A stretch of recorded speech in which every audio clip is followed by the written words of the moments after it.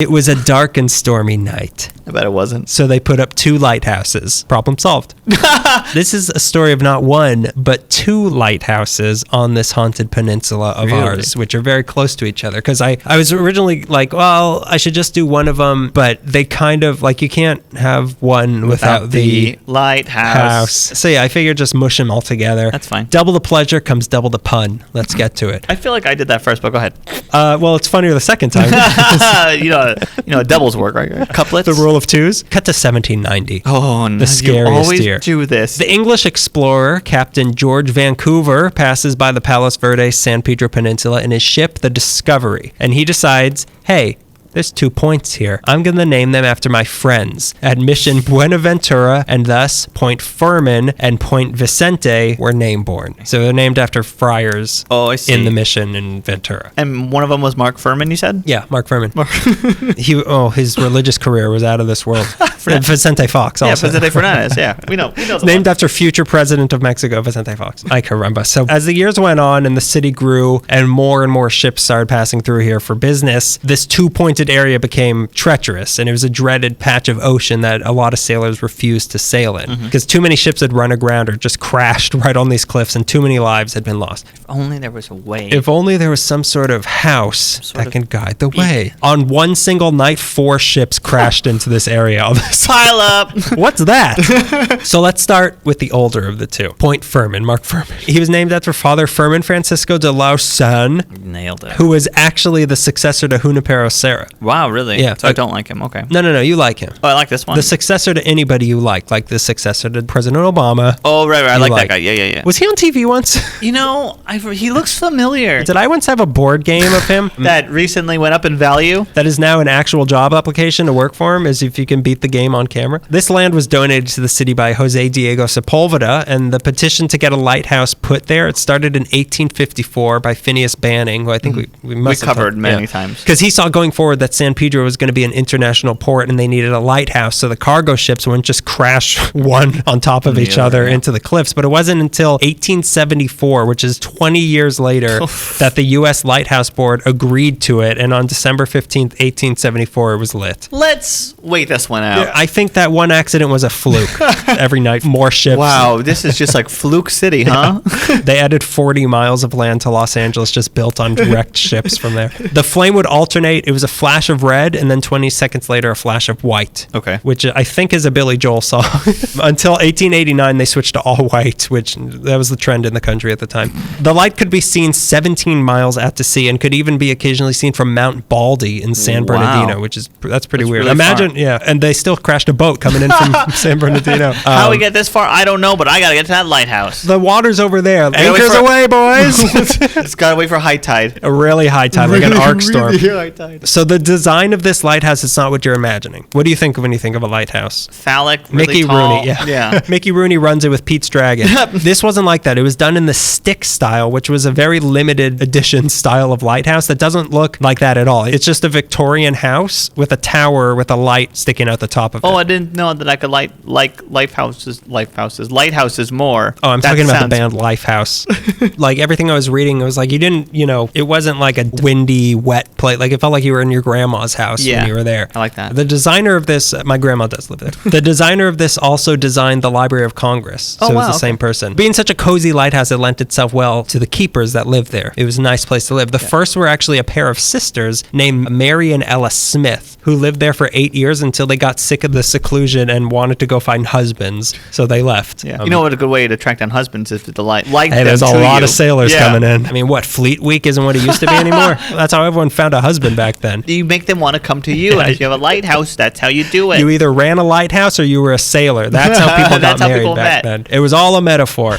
So replacing them when they left was Captain George Shaw, who didn't need to. I kept thinking Robert Shaw. Yeah, this guy's got to be related to Robert Shaw. Did he get eaten by a land shark? Man goes in the lighthouse. Sharks in the lighthouse. Sharks in the lighthouse. So he didn't need to go out looking for husbands because he brought in his own in the form of his wife. They also had a daughter. So they were living there, these 3 people. Shaw, he was a very sociable guy. He was always having parties. People would come and party at the lighthouse. In 1884, the U.S. Lighthouse Service started promoting the Point Fermin Lighthouse as a tourist destination because of its unique design, and it was a nice location. While he lived there? while he lived there. Okay. People are going to come visiting your house all the time, and we don't pay you for that. Yeah. I want to see the light. I know you're in mourning, but is there like a guided tour you can give us? Oh, is this where you pop a squat? That's how everyone talked back then. Yeah, they were very vulgar. It's arguably maybe the most inviting lighthouse location in the entire country when you think of like the traditional lighthouses. Yeah, when you think of who's living in lighthouses. Guy with 2 eye patches. 2 eye patches, 4 peg legs. A modern day General Grievous. Don't give money to them. This episode's brought to you by, I'm trying to think of the planet they found Grievous on. I don't remember. I'm so glad our rover finally landed on Vuatu or whatever. It wasn't Vuatu. I don't know what it is. It doesn't matter, right? God, I can't wait to come up with it in the middle of your story. So Shaw was glad to give tours of his home / his office. Yeah. And the red car took eager tourists right over there. Really? So unfortunately, towards the turn of the century, Shaw's wife died and his daughter moved out to go to school, which when I read like his wife died and then his daughter left, I was like, why would she leave him? Oh, she turned 18 and she had to go to, she couldn't spend the rest of her life in a lighthouse with her sad dad. She's being homeschooled, so it's a school, a home, and my place of business. And also the wackiest tourist destination in Los Angeles. Still, he was giving tours. Yeah. That's pretty much all he had. And this sounds like the origin of the saddled lightkeeper. I'm sure it wasn't I'm sure it wasn't the origin. I feel like all lightkeepers were sad prior. Yeah, this is how you make a sad one. This is the curse of the lighthouse. Yeah, exactly. Yeah. People loved him, but in 1904 there were just too many memories there for him, so he left the post and he was replaced by Irby Angles until a name that demands laughter. He knew how to give a tour. So Irby Angles was there until 1917, and then William Austin came in and his 7 kids. They all moved in there. Yeah. But tragedy struck him as well, as his wife died in 1925, and William himself died just a couple months after, supposedly of a broken heart. Typhoid. Yeah. Whenever they say that, they mean he had typhoid. So now with no parents, the kids actually stayed at the lighthouse, and the 2 oldest daughters ran it, bringing it all full circle until 1927, when the city of LA took over the lighthouse and made it fully electric and automated. No more saddle lightkeepers. Yeah, they turned them all into robots. Yeah. That sex robot's still gyrating up there. At night, she lights the way from San Pedro Harbor to She brings in all the sailors, safe and sound. So things went smoothly there until Pearl Harbor happened, and 2 days after that, the light at Point Fermin was extinguished so it wouldn't attract Japanese submarines, and it was never lit again. That was the end of that place as a lighthouse. It was now under the control of the Navy, who dismantled the lens and light completely and turned it into a sentry room known as the chicken coop for soldiers to keep an eye on the waters for bad guys. Oh, bad guys. And straight chickens. They would also lay all the eggs for the Navy. It was weird military genetic hybrid testing. It sounded not crazy at the time, but a couple weeks into it, we're going to save a fortune on eggs. Sure, it's a war crime. After the war, they put a light on a tower behind the house to resume the regular functions of the lighthouse, but not in the lighthouse itself, because the lens was missing after the war. Suspicious. It was on top of General Tojo's house.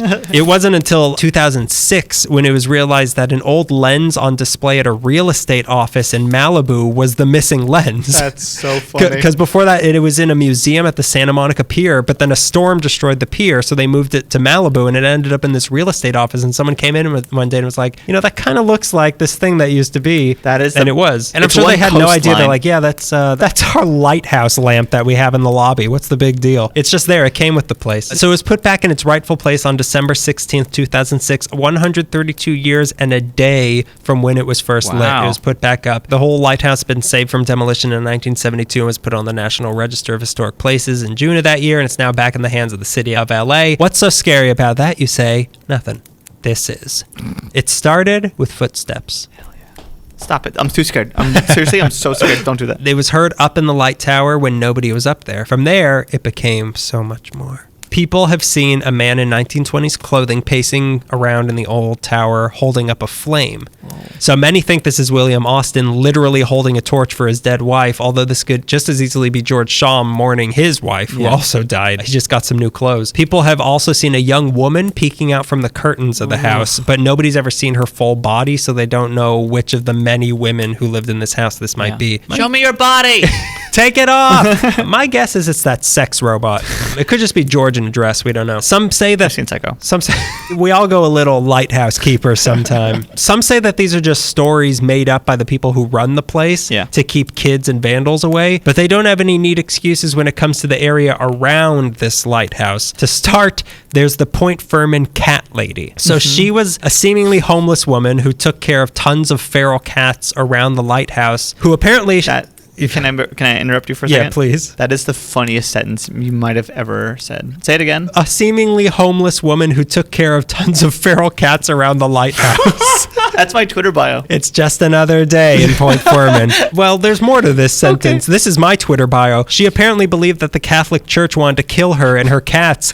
It's called the Catholic Church. They wouldn't do that. Cat is in the title. Kill Catslip. So she also thought they wanted to desecrate the area around the lighthouse. So I guess she believed there was something to be protected around the lighthouse. She always carried around a jar of something that she claimed was the fetus of her stillborn child and said that it was a magical fetus that would protect her in the area from the church. This isn't a normal fetus. This isn't your everyday dime store fetus. No, this one protected me from the Catholic Church. Yeah. So the cat lady, most likely she's dead now because she hasn't been seen in a while. But people said that when she disappeared, the cats started acting very strange. Some started walking sideways, some started walking on two legs, and some started dancing. And they were known to attack people who came near them without bringing them any food. They were feral. Come on, don't make those generalizations. That's true. That's true. I apologize to the cat community. The Catholics. The Catholics community. Now, this is all stories and hearsay, but there have also been many figures seen roaming the cliffs who people believe are the ghosts of the many real deaths that have taken place on the property here. The cliffs here are very windy and dangerous, and it's known as Hurricane Gulch. They were even featured in Chinatown, those cliffs there. Oh, really? Yeah. Where he drowns. They were Chinatown. Yeah, Chinatown. That's Chinatown. Yeah. Those cliffs are my sister and my daughter. Yeah. Because of this wind, many people used to think it was a good place to hang glide. It wasn't. No. In 1974, a guy got slammed into the rocks hang gliding here and was killed, so they banned hang gliding there. Apparently, kids like to lean off the cliff and rely on the strong winds to push them up and keep them from falling. Yeah. That's funny. The really cool kids floss dance while they're doing it. If you can do that without dying. Man. There's even been some attempted murders here. In 1992, some gang members forced two guys to jump off the cliff who they believed were responsible for one of their friends' suicide. They survived, but that leads to my next topic, the suicides. There have been a lot of them here. In 1996, two girls aged 14 and 15 tied their wrists together and jumped off the cliff to their death. In 1989, a man and a woman did the same thing, but without the wrist tying. The most recent one was in August 2017 when a 51-year-old man was found floating in the water. Then there are the accidental deaths, like in 2007, a USC football player was walking around the cliffs drunk and was found dead on the rocks below a few days later. Let's get away from this scary lighthouse and go to the second lighthouse just 7 miles up the coast, which is even scarier. Let me just listen to the fire for a second to calm down. That warms my cockles. I've got a pot over the coffee right now. We're making stew. I've got a boot full of beans hovering over the fire.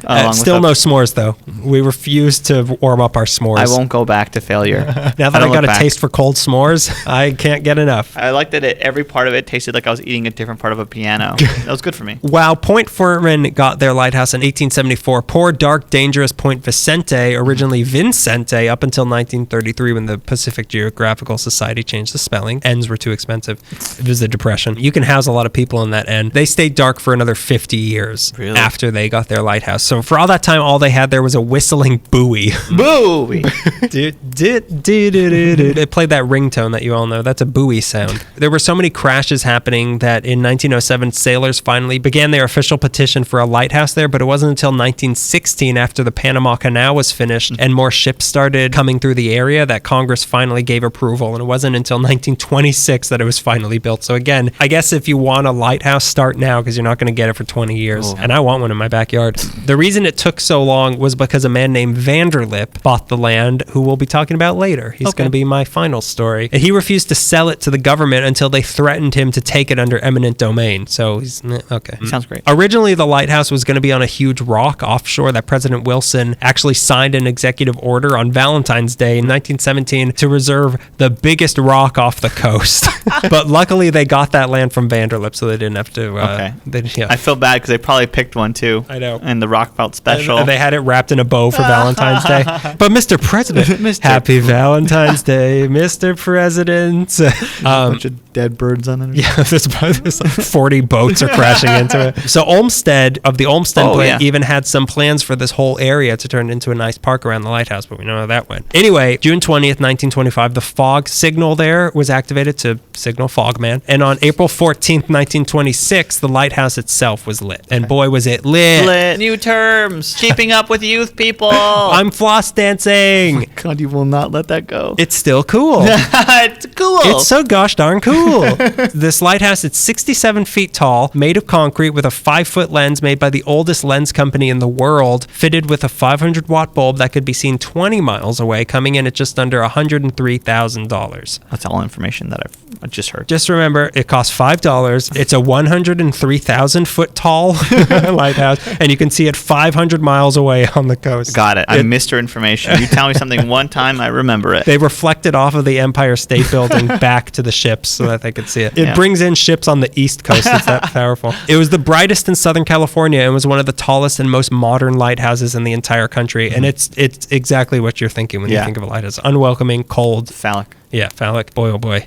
Somebody find me that robot. So radio equipment was added in 1934, and when the Coast Guard took over the lighthouse in 1939, they used it as their Southern California hub to help distressed ships up until 1980. During World War II, when all the other lighthouses were being extinguished, Point Vicente was deemed essential, so instead the bulb was replaced with a 25-watt bulb, which is like my lamp next to it. And it was fitted with blackout curtains, so it would help people who knew where to look for it, but it wouldn't help direct Japanese submarines who didn't know where. Yeah, unless, they listened into the transmission. Yeah, we could all thank Lucille Ball for putting that one out. For withholding America's secrets from the Japanese. But after the war is when strange sightings started being reported at the lighthouse. First, we have to go back to who was keeping this lighthouse. Who's lighting the lighthouse?